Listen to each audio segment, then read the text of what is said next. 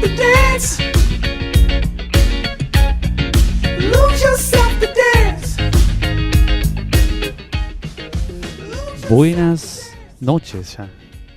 Estamos aquí con Abril en la radio. Hola. Empezando, muy bien, un nuevo programa.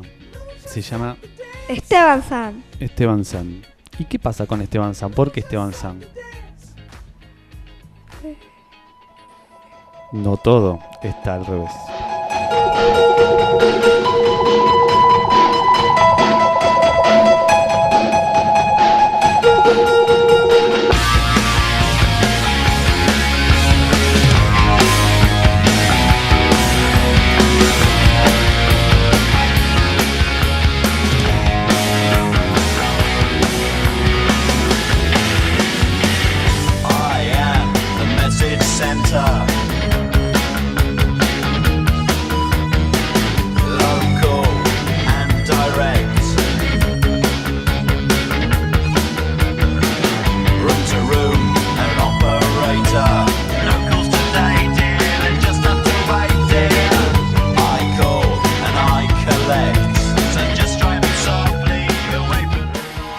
Bueno, Abril, acá estamos inaugurando nuestro programa. Hoy, ¿de qué vamos a hablar, Abril? A ver si preparaste bien tu primer programa. Yo no lo preparé, fuiste vos el que lo preparaste. Tenés razón. Vamos a hablar de la radio. Ya que tenemos radio nueva, nuestro primer programa, vamos a dedicárselo a esta radio, a nuestra radio. Vamos a contar ciertas historias que involucran a la radio y que a primera vista son interesantes, ¿sí? Yo tengo a vos como conejillo de indias para que me digas si son interesantes o no. ¿Te parece bien? Sí. Muy bien, bueno. Vamos a la primera historia. ¿Te parece? Vamos a arrancar con el inicio de la radio. A ver qué significa la radio. Vamos a hacer los efectos especiales. La radio significa que, o sea, radio en sí, son ondas electromagnéticas, o sea, ondas que viajan por el aire, ¿sí? Que ya existían desde siempre. Nada más que esa cierta frecuencia que hacen que nosotros escuchemos algo, no había sido descubierta. Estas primeras nociones de que se podrían generar unas ondas electromagnéticas y que se propagaran a la velocidad de la luz, porque yo te estoy diciendo algo y viajan tan rápido que vos llegás al instante, en ese momento, a 300.000 kilómetros por segundo. Te llega. Eso lo descubrió Maxwell. ¿Sí? Maxwell, en 1865. Luego Hertz. Obviamente cuando hablamos de radio el dial de la radio es 88.7 MHz. Bueno, Hertz fue una persona que demostró que utilizando una corriente alterna de alto voltaje se generaban chispas. Y esas chispas hacían que se viajara algo, ¿sí?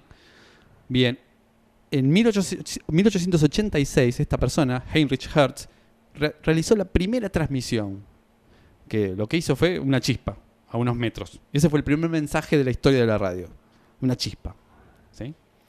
Push. Pero nada. O sea, si yo te digo, voy a pasar en el programa de radio una chispa, ¿vos qué te dice, Abril? Push. ¿Pero lo escuchás? Si yo te digo, voy a pasar una chispa. Sí. ¿En serio? Yo no lo escucharía. Bueno.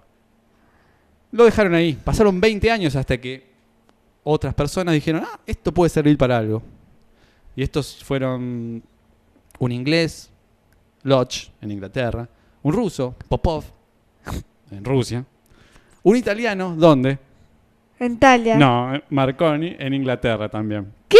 Sí, Marconi en Inglaterra. Yo conozco a Marconi. ¿Conoces a Marconi? Qué suerte. Este Marconi es el que casi todo el mundo dice, bueno, es el que inventó la radio. Pero bueno, en realidad sí fue uno de los primeros que realizó una aplicación, hizo que tuviera una aplicación práctica, ¿no? Hizo que un mensaje se transmitiera a través de la radio, de estas ondas. ¿sí? Al principio fueron transmisiones de mensajes codificados en Morse, ¿sí? Como era la radiotelegrafía. Era en realidad SO. SOS, ¿sí? Ah. ¿Vos me estás pidiendo auxilio? Sí. Seguimos. Pero bueno, en la primera instancia se usaba mucho en los barcos esto, ¿sí? Vamos a la primera emisión radiofónica. Hay una versión que dice que fueron los argentinos, pero en realidad no fue así. La vamos a tirar abajo. No fue así. La primera, o por lo menos la primera conocida, o la primera documentada, fue en 1906. Un tipo llamado Feddersen, que lo que hizo fue, agarró y dice, bueno, hoy es Navidad, yo tengo una radio. Tenía un equipo que transmitía una señal y se puso a tocar el violín y nada, lo dio por ahí y no había nadie escuchando, obviamente, porque había muy pocas radios. Eso es lo siguiente que vamos a contar. ¿Cómo fue los receptores? Los receptores en principio eran lo que se llamaba una radio galena. ¿Qué era una radio galena? ¿Vos conociste una radio galena? No, yo tampoco. Pero bueno, acá nos cuenta que una radio galena era una radio que se podía hacer con cristales. Y se podía hacer uno en su casa. Cada uno tenía. Vos tenías la receta y te hacías una radio en tu casa, todavía. Era muy difícil cambiar el dial. Era muy difícil. Como la tenías que crear cada vez que querías cambiar de dial. Eso me hace acordar a esas radios que repartían ciertas iglesias evangélicas que tenían el dial fijo, entonces solamente podías escuchar la radio de ellos. Es un buen modo de hacer propaganda, ¿no? A mí me parece. Y esta radio galena era muy poco práctica. Encima la pesaba un montón, no se podía mover, era terrible. Hasta que vino el tríodo, que era una cosita que tuvieron las primeras radios, que hizo que sea un poquitito mejor la escucha. ¿Sí? ¿Tritón? Tríodo se llama. Que tenía se llama tríodo porque posibilitaba una tríada de cosas: la transmisión, la recepción y la amplificación, ¿sí? Que obviamente es lo que es la radio, ¿no? La radiocomunicación. Luego, bueno, vamos a hacer más rápido, apareció el transistor, que ahí en la década del 50 fue el rey de la radio, hasta que después llegó los microchips y todas esas cosas. Ahora es tan barato, unos centavitos, y está en cualquier lado, en cualquier celular está. Por lo menos el de FM. Así que bueno, ¿sabías que la primera radio de la historia la primera radio portátil que te podías llevar pesaba 10 kilos? Wow. La mitad de vos, más o menos. Un tercio de vos, en realidad, ya pesas un montón. Así que bueno, esas fueron las primeras radios. Luego, la radio también se puso un tipo que dijo, yo la voy a poner en mi auto, en 1922. La enchufó al auto, pesaba también una de estas portátiles, e hizo el primer radio en el auto. ¿Sí? ¿Vos dónde escuchás radio, Abril? ¿En el auto? ¿En serio? ¿Tenés Sí. auto? Sí. Qué suerte. Así que, bueno, después la radio siguió, como vimos, un flujo hasta el día de hoy, que estamos haciendo los primeros pasos en la radio de San Esteban. ¿Qué te quedó de todo esto, Abril? Ay, no sé. ¿Sabías qué? Parece que me entró una cabeza de radio. Una radio en la cabeza. ¿Te entró una radio en la cabeza? Ujú. Bueno, si te entró una radio en la cabeza, lo primero que se me ocurre es una cabeza de radio, un Radiohead. Ya que es nuestro primer programa, vamos a empezar con el primer tema del primer disco de Radiohead. ¿Sabes cómo se llama vos? Vos. ¿Sabes cómo se llama? No. Vos. ¿Sabes cómo se llama? Vos. No me digas.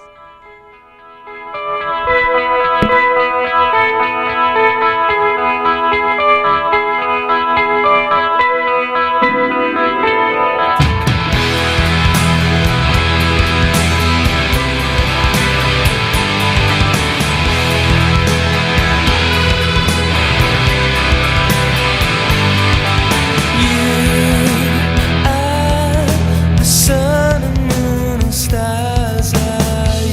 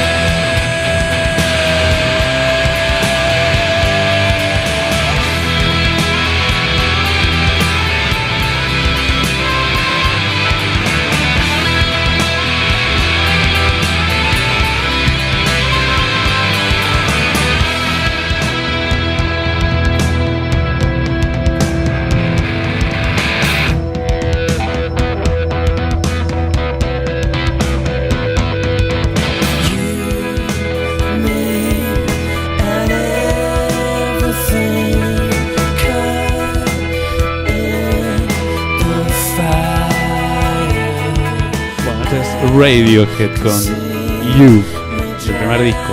Vamos a acercarnos un poquito al micrófono, Abril, porque parece que Chan, chan, chan. si no se escucha del todo bien, si nos alejamos. Los micrófonos son medio. Siguiente tema. Habíamos dicho que había una historia sobre el cual que decía que la primera transmisión fue en Argentina, hecha en Argentina, en el Teatro Coliseo, si mal no me acuerdo, lo vamos a revisar. Pensé que era Colón. No, el Teatro Coliseo. En la azotea, de hecho, porque de hecho son conocidos como los locos de la azotea. Para empezar a hablar de estos, vamos a empezar a hablar de Enrique Susini, que es uno de los locos de la azotea, que tenía unos 20 años cuando empezó con esto. Lo que hay que saber de esta parte es cómo llegó la radio argentina tan temprano. Porque recién habíamos visto que en 1906 esta persona que habíamos dicho que realizó la primera transmisión abierta para la gente, ¿no? Con un programa, por lo menos con un toque de violín. Esta persona lo hizo en 1906 y recién empezaban las primeras cosas con la radio. Bueno, en 1910, o sea, 4 años después de esto, este Guillermo Marconi, del que igual hablábamos y del cual es el que se dice el inventor de la radio, este italiano, había ganado el Premio Nobel de Física por este descubrimiento en 1909, ¿sí? Un año antes. Y viajó a la Argentina, ¿sí? Para los eventos de la Revolución de Mayo. ¿Sí? Porque, ¿qué pasó?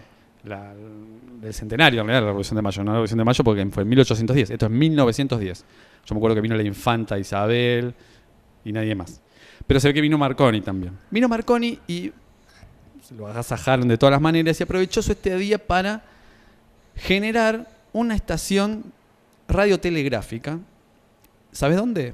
¿En dónde? En Bernal, cerquita donde yo viví toda mi infancia. Ahí en Quilmes. ¿Sí? Bueno, y desde ahí se comunicó de manera exitosa con Canadá e Irlanda. Wow.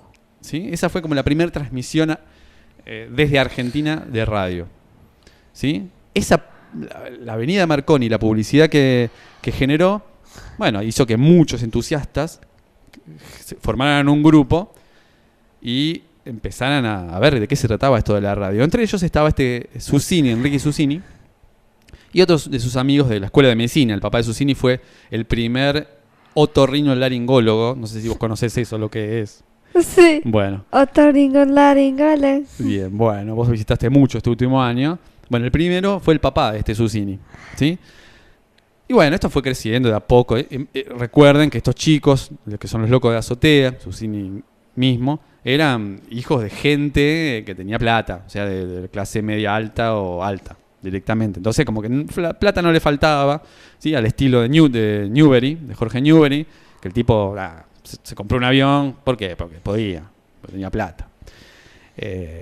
Entonces, estos tipos empezaron a hacer pruebas.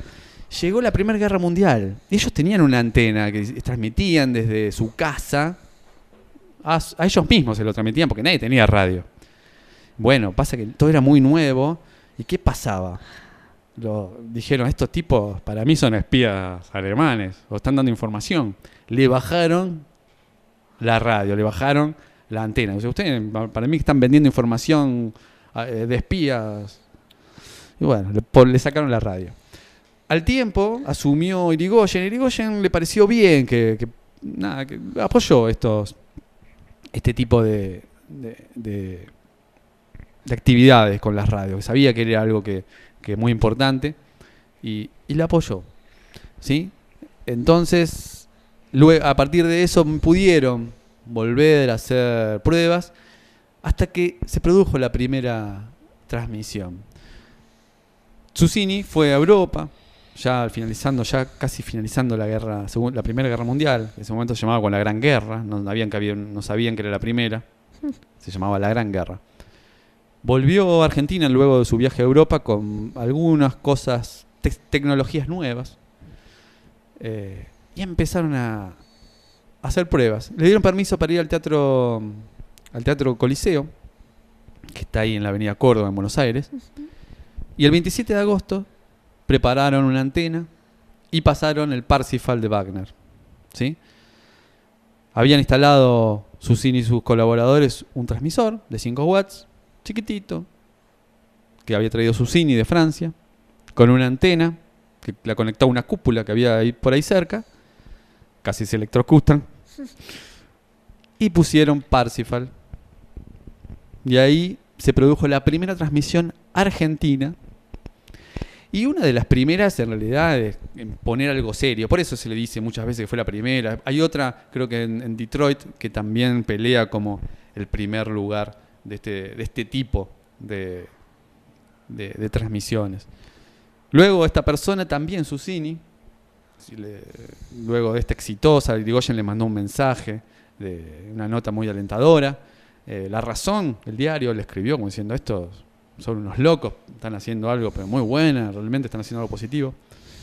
Y luego Susini fue también el director del Canal 7 en la primera transmisión de televisión, así que fue un doble precursor, ¿no? Con la radio y con la televisión. Así que nada, esos fueron los locos. Por acá tengo los nombres: Miguel Mujica, Luis Romero, César Guerrico y bueno, los muchachos del Coliseo. También estaba Enrique Susini. Hay una rememoración de la primera transmisión ahí por internet dando vueltas. Obviamente no es la original porque nadie la grabó. La escucharon muy pocos. ¿Sí? Bueno, imagínense, no había, por ahí había ellos mismos, tenían radio y nadie más, los del grupito ese que había escuchado a Marconi. Abril, ¿qué puedes acotar de todo esto? Que estaban locos. ¿A vos te parece que estaban locos? Sí, ¿Locos como quién? ¿Como una foca? sí, ¿Te parece escuchar una canción que se llama Loco? sí. ¿Y que lo hace una foca? ¿Una foca? Sí, me mataste los audífonos. Sí, una foca. ¿Nunca escuchaste una foca? Bueno, está bien, ponele. ¿Qué querés? Bueno, sí, es en inglés. In a chair, surprise the face, talks about the people going under.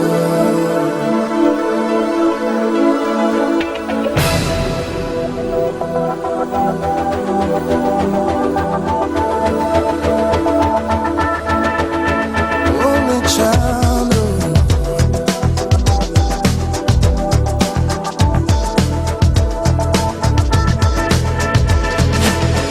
A man decides after 70 years that what he goes there for is to unlock the door. Well, those around him criticize and sleep.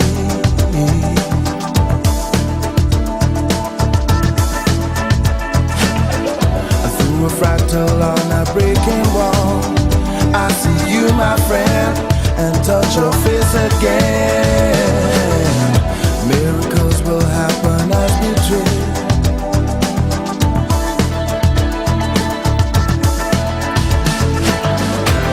But we're never gonna survive unless we get a little crazy. No, we're never gonna survive unless we are a little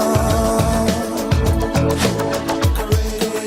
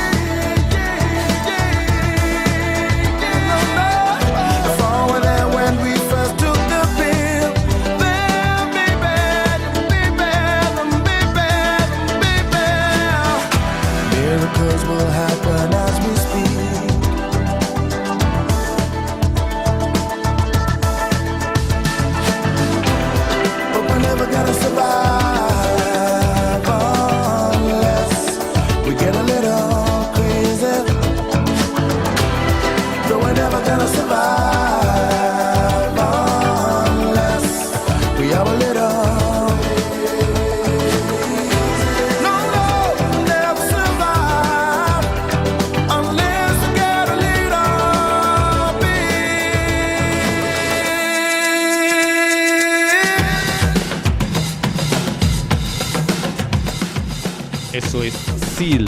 Seal. ¿No lo Foca. conoces? Foca, sí, no, bueno, pero es un muchacho que tiene todas las marcas en los cachetes del acné. Se ve. Hay que, no sé, eso. No sé si es muy interesante, pero ¿vos lo conocés a Seal, Abril? No. No, bueno. Una pena. No te perdés de mucho. ¿Sí? Muchos dicen que esta canción fue copiada por Fito Páez.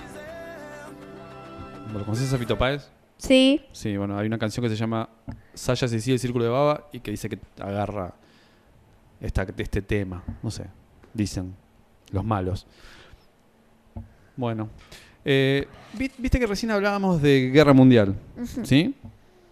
Bueno, vamos a hablar no de la primera, sino de la segunda, ¿sí? Ay. Y ahora, después de la primera, ahora me metes con la segunda. ¿Y encima. que vaya a la tercera? No, vamos a la segunda. Y vamos a hablar de un incidente, ¿sí? Que se llama incidente de... Yo no sé alemán ni polaco. No sé si es alemán o polaco esto. Ah, acá dice alemán y polaco. Gliwice sería. Gliwice. No sé, Gliwice en cordobés. ¿Sí? ¿Qué tiene este incidente que ver con la radio, con la guerra? ¿A vos qué te parece? ¿Tiene algo que ver o no? Sí, tiene que ver. No pienses mucho. Fue una operación, lo que se llama una operación de bandera falsa. ¿Qué es? Es Esconder la bandera y poner otra falta. más o menos. Es hacer creer que alguien hizo algo para echarle la culpa. ¿Sí? Y este hecho que vamos a contar fue el pretexto para iniciar la Segunda Guerra Mundial. ¿Sí? Vamos a ver igual que no fue un desencadenamiento de hechos, no fue este solo, pero este fue lo que se llama el casus belli. ¿Sabes lo que es un casus belli? Es el motivo legal por el cual yo te inicio una guerra. ¿Sí? Qué lío, ¿no? Solo por algo. Sí, obviamente eran las ansias expansionistas de Alemania, pero vamos a contar que la torre de la radio de Gliwice, vamos a decirle Gliwice, no sé si está bien dicho, pero así lo vamos a nombrar nosotros, es de madera, todavía existe, está ahora en Polonia, ¿sí? ¿Está en Polonia ahora o en Alemania? Sí, está en Polonia. En ese momento era Polonia y ahora también. Y es una torre de madera. ¿De ¿sí? madera? Desde madera. Ahora vamos a ver cuánto mide, pero es el objeto de madera más alto de toda Europa. ¡Wow! Hoy. ¿Sí? Es una torre de radio que mandaba una señal de radio como la de San Esteban. No es de madera, la de San Esteban es de hierro, de metal por lo menos. Y esta torre mandaba una señal de radio. Pero de madera se derrumba enseguida. No, parece que no, sobrevivió ya casi 80 años. Todo empezó cuando un grupo de agentes nazis se hicieron pasar por polacos para sabotear la señal de radio, ¿sí?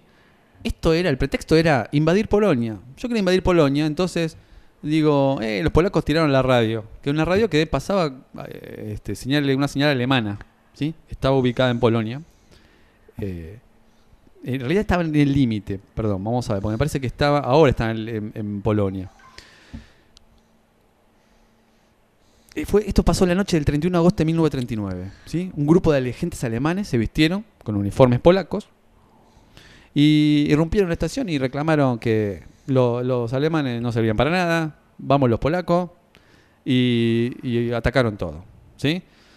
Para que esto fuera más creíble, los alemanes recurrieron a unos figurantes, que son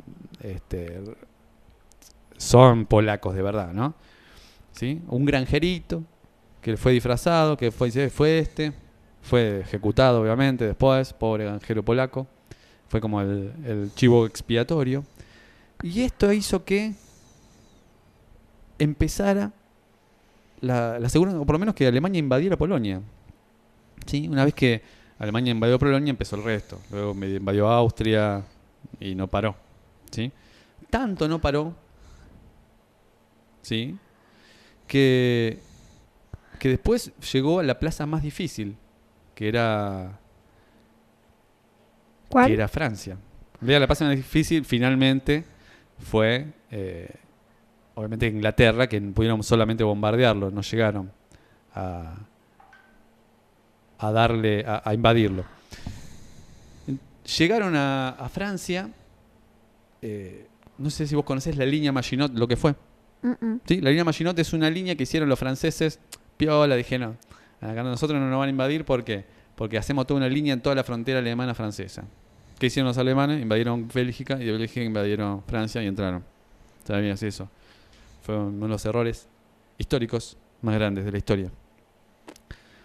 Y vamos a hablar sobre la invasión esta a Francia, que también tiene algo que ver con la radio. ¿Sí? Vamos a hablar del cobardón, del traicionero general Pétain. Se llama Pétain, ¿no? el que estaba a cargo de Francia, que entregó París a Hitler, ¿sí? A la vez que aceptaba la ocupación alemana. La infamia de ver al Führer de sus secuaces paseando por las anchas avenidas de la Torre Eiffel y el camino del Trocadero.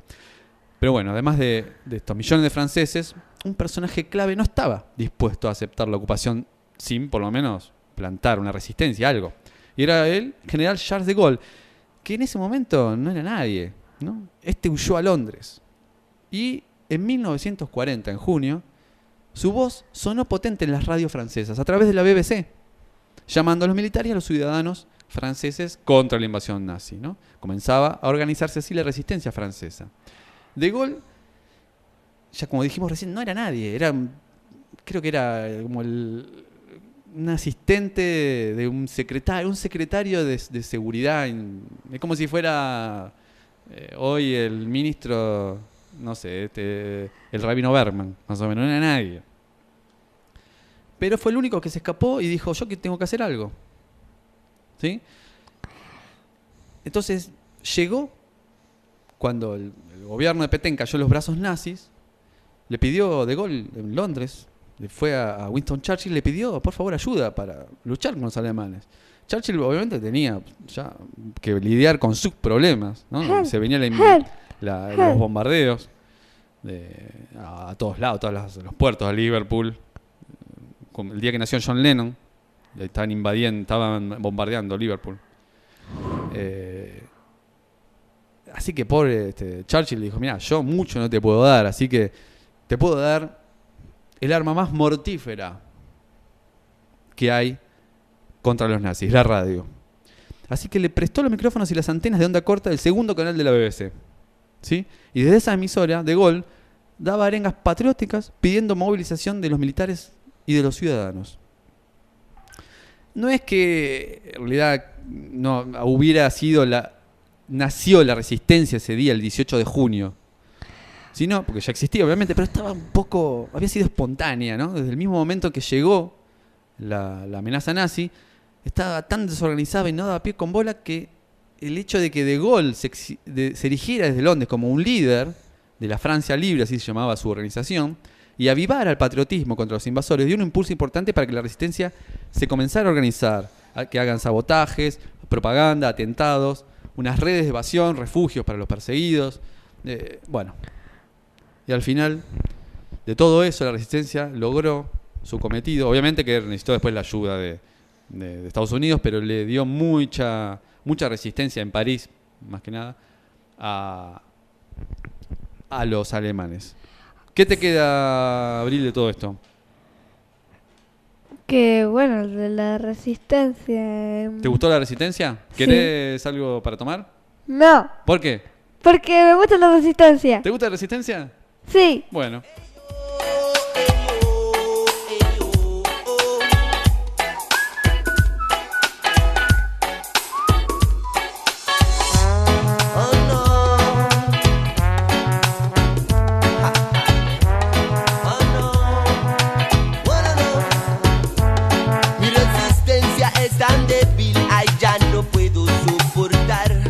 Tengo que usar otra astucia, tengo que despertar, no necesito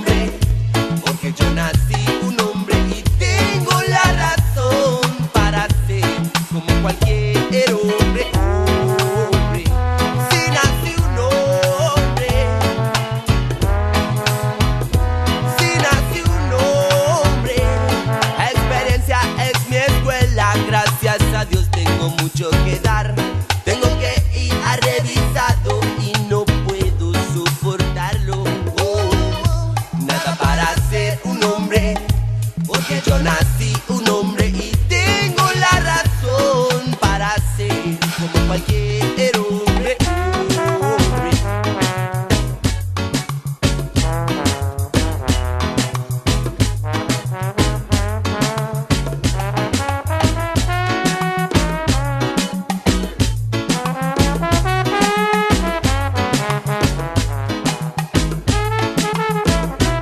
Mi resistencia es tan débil, ay, ya no puedo soportar.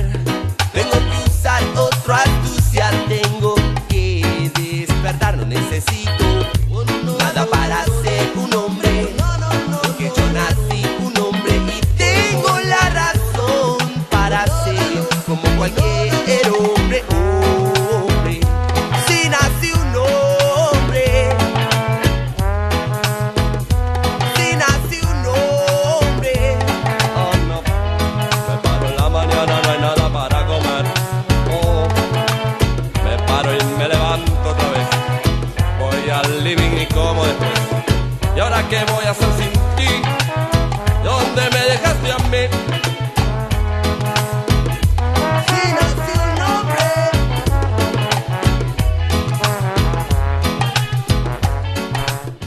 Mi resistencia de los Pericos, Abril, ¿te gustó?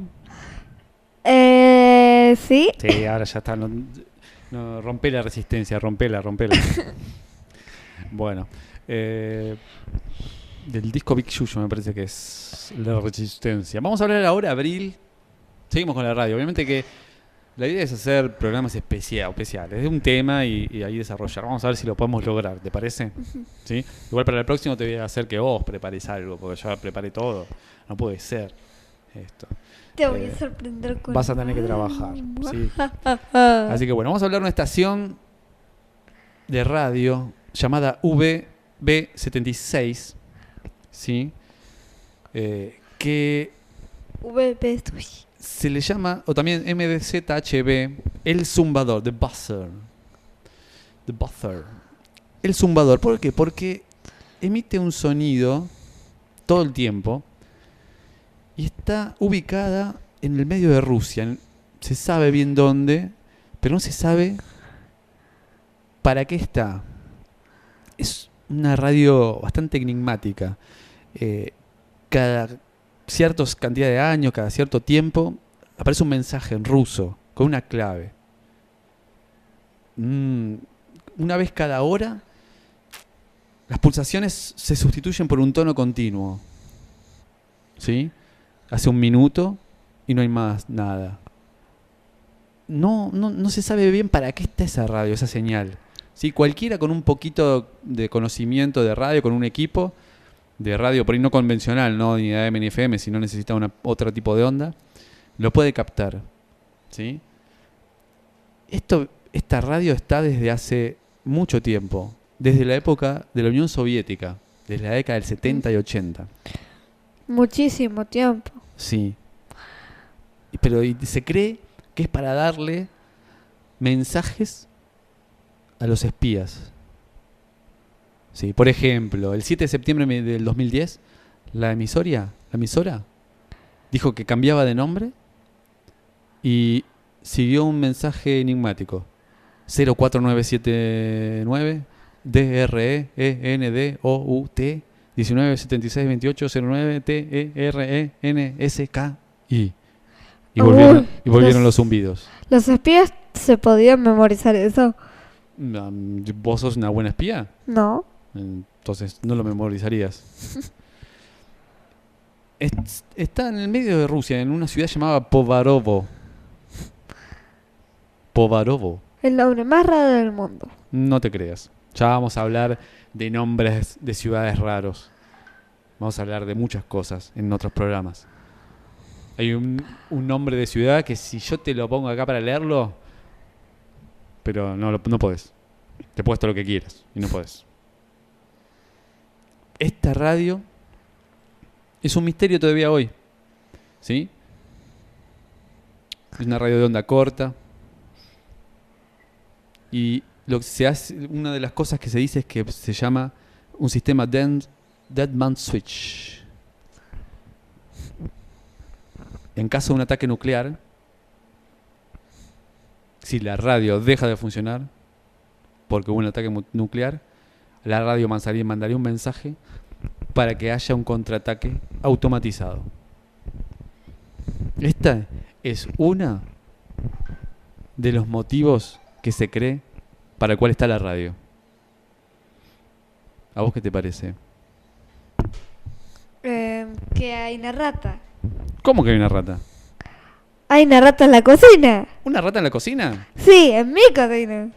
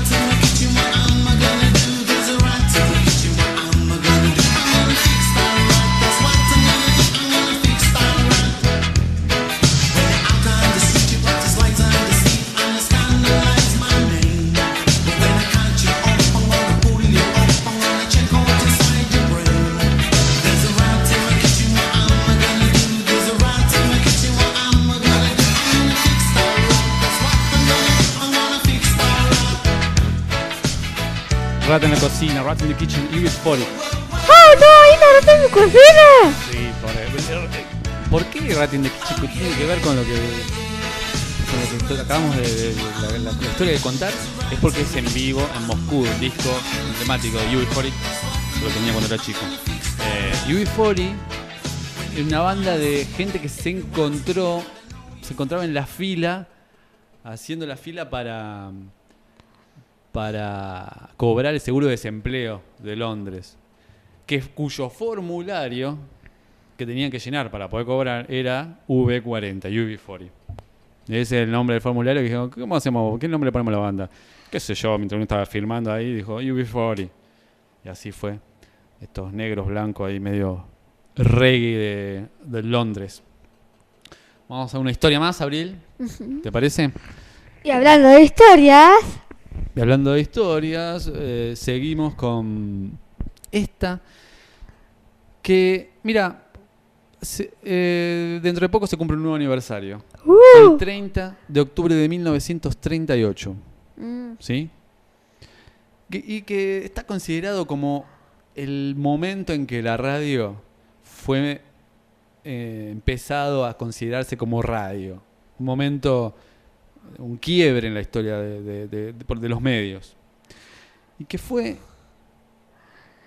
apenas después de esa víspera de Halloween, el 30 de octubre del 38, en la que un jovencito, Orson Welles, hizo creer a los neoyorquinos más despistados que los marcianos estaban atacando la Tierra. Pero, vamos a decirlo bien, porque la historia esta fue creciendo con los años, suicidio, no fue tan así. La histeria no se apoderó de los norteamericanos porque la mayoría no oyó el programa en primera instancia, ni millones de oyentes acabaron de los nervios, no. Solo fueron un puñado de miles, los menos ahí espabilados. Pero bueno, si aquello sirvió para que algo sea, es que la radio dejara de ser el hermanito menor del diario, del periódico, de la prensa escrita, y se pasara a ser un medio importante. Ahora se sabe que los periódicos del día siguiente exageraron un poquito con los titulares. Vamos a ver. Todos los domingos a las 8 de la tarde, Orson Welles ponía en escena el guión adaptado de un libro de éxito. ¿Sí? Como si fuera Harry Potter hoy. Vamos a hacer Harry Potter. Sí. ¿Sí? Oh, ¿cómo se llama Harry Potter, el amigo? Ron. ¿Ralph?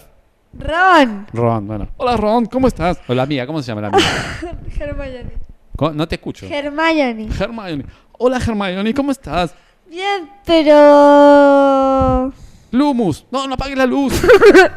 Bueno, así sería. Pero él agarraba un libro de éxito y lo adaptaba para la radio, ¿sí? En eso consistía el programa. Y los oyentes lo sabían de qué se trataba, ¿sí? Lo había hecho tanto con Drácula, con Sherlock Holmes, con El Conde de Montecristo, y lo hizo con La Guerra de los Mundos, ¿sí? La presentación fue como siempre. La CBS y sus estaciones afiliadas presentan a Orson Welles y el Teatro Mercury en La Guerra de los Mundos de H.G. Wells. Y comenzó aquel programa de apenas 50 minutos. Lo que alarmó a los oyentes más aprensivos fue, primero, que algunos lo agarraron por la mitad. Y segundo, y más importante, es que Wells utilizó la fórmula del informativo radiofónico para poder relatar la historia. ¿Sí? Entonces lo que decía era: hola, sí, está llamando desde la calle. Sí, Abril Azul, atenta. Sí, ¿qué está pasando? ¿Hay muchos marcianos en la calle? No, pero... ¡Ah! Bueno, y hoy la llevaron a Abril. ¡Oh, se la abdujeron! Bueno, y así, todo el programa con abducciones de aquí y abducciones de allá. Cierto que algunas personas salieron a la calle a ver si pasaba eso, de que había hombrecitos verdes y que, bueno, y también algunos llamaron a la policía. Pero el susto duró un ratito, estos 40, 50 minutos, hasta que el presentador despidió el programa como siempre diciendo: este es Orson Welles, señores y señores, ya fuera del personaje, para asegurarles que La Guerra de los Mundos no es otra cosa que la diversión de un día libre. Es la forma radial del Teatro Mercury de cubrirse con una sábana y aparecer detrás de un arbusto gritando ¡Boo! A partir de ese momento, Orson Welles se hizo muy conocido. Y bueno, después fue un director de cine genial, ¿no? Hizo un montón de películas re lindas. Semilla de Maldad y El Ciudadano Kane, por citar dos de las más conocidas. Abril, ¿qué te parece a vos todo ¿Qué esto? es el fin del mundo? ¿Cómo que es el fin del mundo? Sí, es el fin del mundo. ¿Y vos cómo te sentís? Bien. That's great, it starts with an earthquake, birds and snakes, an airplane. Lenny Bruce is not afraid.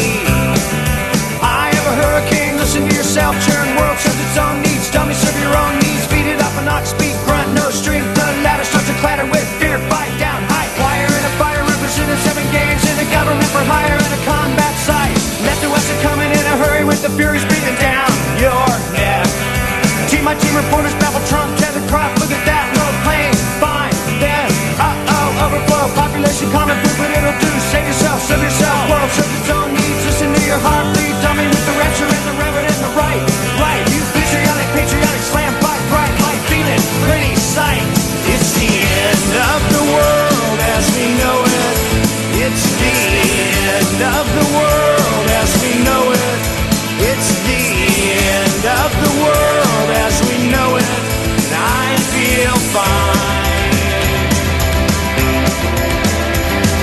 6 o'clock TV hour, don't get caught in foreign tower, slash and burn, return, listen to yourself churn, lock it in, uniform and book, burning blood, letting every motive escalate, automotive incinerate, light a candle, light a motive, step down, watching heel crush, this means no fear, cavalier, renegade, steer clear, tournament of lies, offer me solutions, offer me alternatives, and I decline. It's the end of the world as we know it, it's the end of the world as we know it, it's the end of the world as we know it, I feel fine.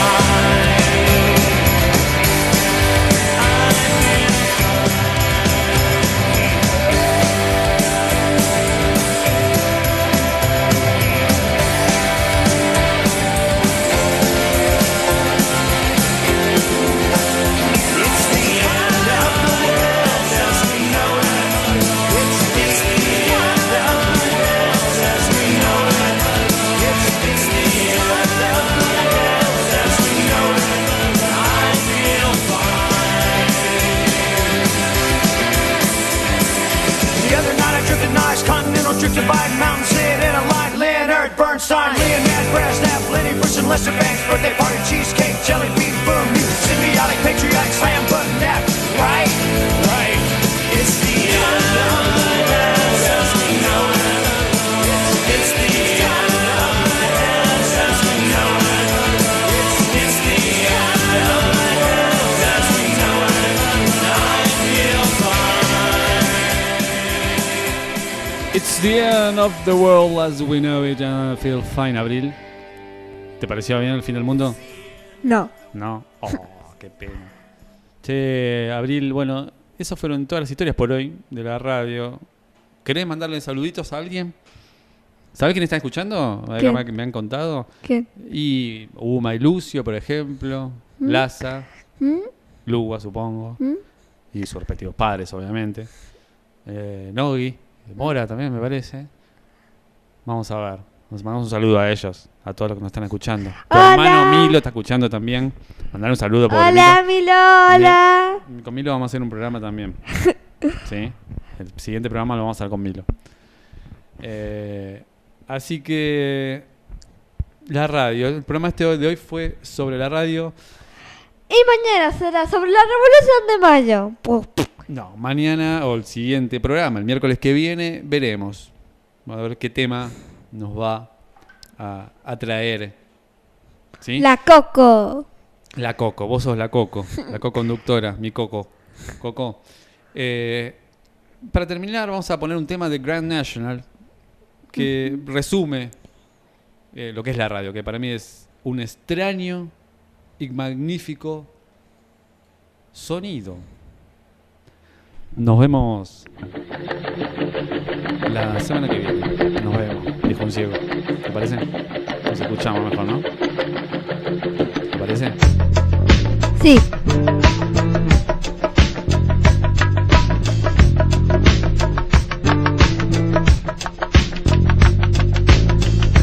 Go somewhere. Go somewhere that I don't want to. Go somewhere that I don't want to anymore.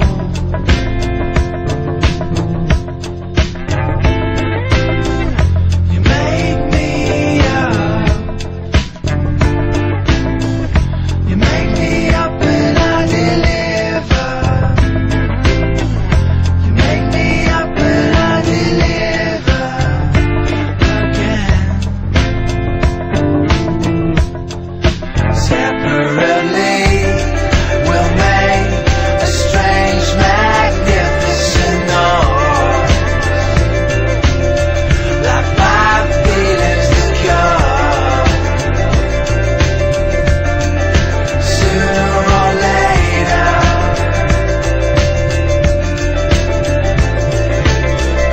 You go so far. You go so far, so it won't take place. You go so far, so it won't take place anymore. Separately, we'll make a strange, magnificent noise, like five feelings that come sooner or later.